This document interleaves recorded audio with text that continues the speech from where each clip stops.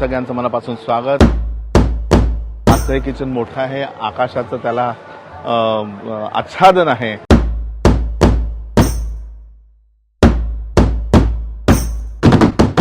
आणि मोठ्या अशा महाकाय कढईमध्ये 10 फूट बाय 10 फुटाची कढई आहे। दुसरी कढई छोटी आहे 7 फूट बाय 7 फुटाची आणि त्याच्यामध्ये आपण चिवडा तयार करतो आहे, महाचिवडा।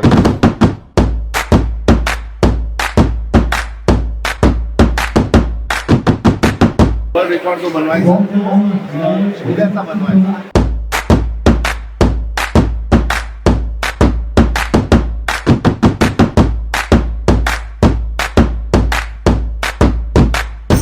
खूपच छान अप्रतिम मस्त टेस्ट।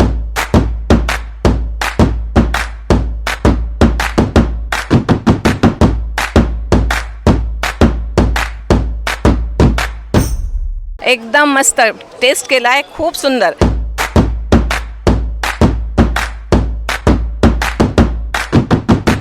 ते असं जगावेगळं काहीतरी अलौकिक करण्याचं त्याला कसं काय सुचतं मला हेच कळत नाही।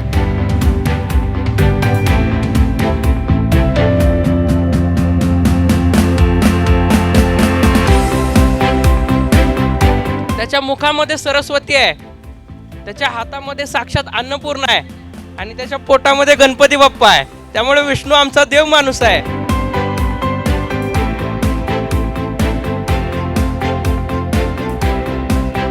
आम्ही फार भाग्यवान आहे की आमच्या नागपूरला विष्णूजी लाभलेले आहे।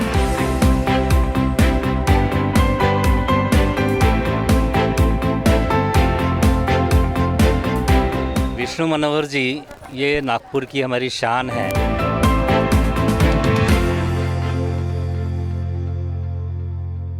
का सुंदर आणि टेस्टी चिवडा या ठिकाणी झालेला आहे।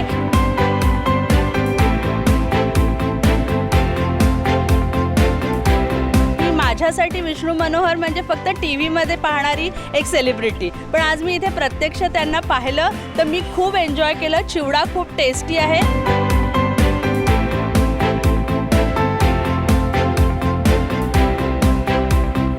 भारताच्या बाहेर अमेरिकापर्यंत त्यामुळे माझं एक असं म्हणणं आहे की अमेरिकेच्या नंतर अजून बाकी ठिकाणी बी विष्णू भाऊंचं हे कार्य वाढेल।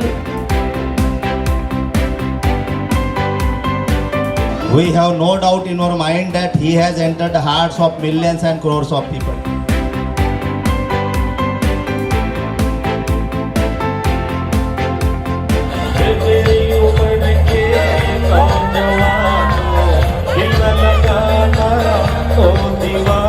ये कढ़ाई से लेके उनके चिवड़े तक, उनकी खिचड़ी तक, हर एक चीज में उनका मन से काम करते हैं।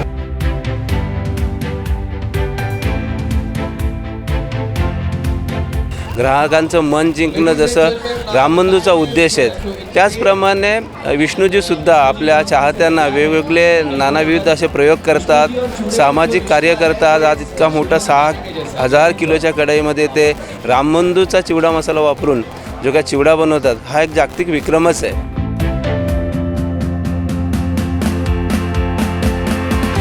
दिवाळीचा आज पहिला चिवडा मी टेस्ट केलेला आहे आणि पहिल्यांदा त्याची दिवाळीची सुरुवात आज झाली असं मला वाटतंय।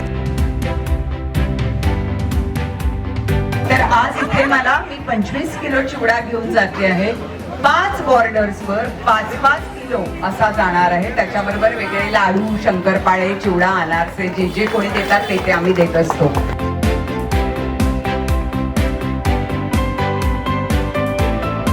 अतिशय स्तुत्य असा उपक्रम आहे आणि या उपक्रमामुळे विष्णू केवळ नागपुरातच नाही, केवळ महाराष्ट्रातच नाही, तर तो महाराष्ट्राच्या बाहेर भारत देशामध्ये आणि भारताच्या बाहेरसुद्धा तो प्रसिद्ध झाला आहे।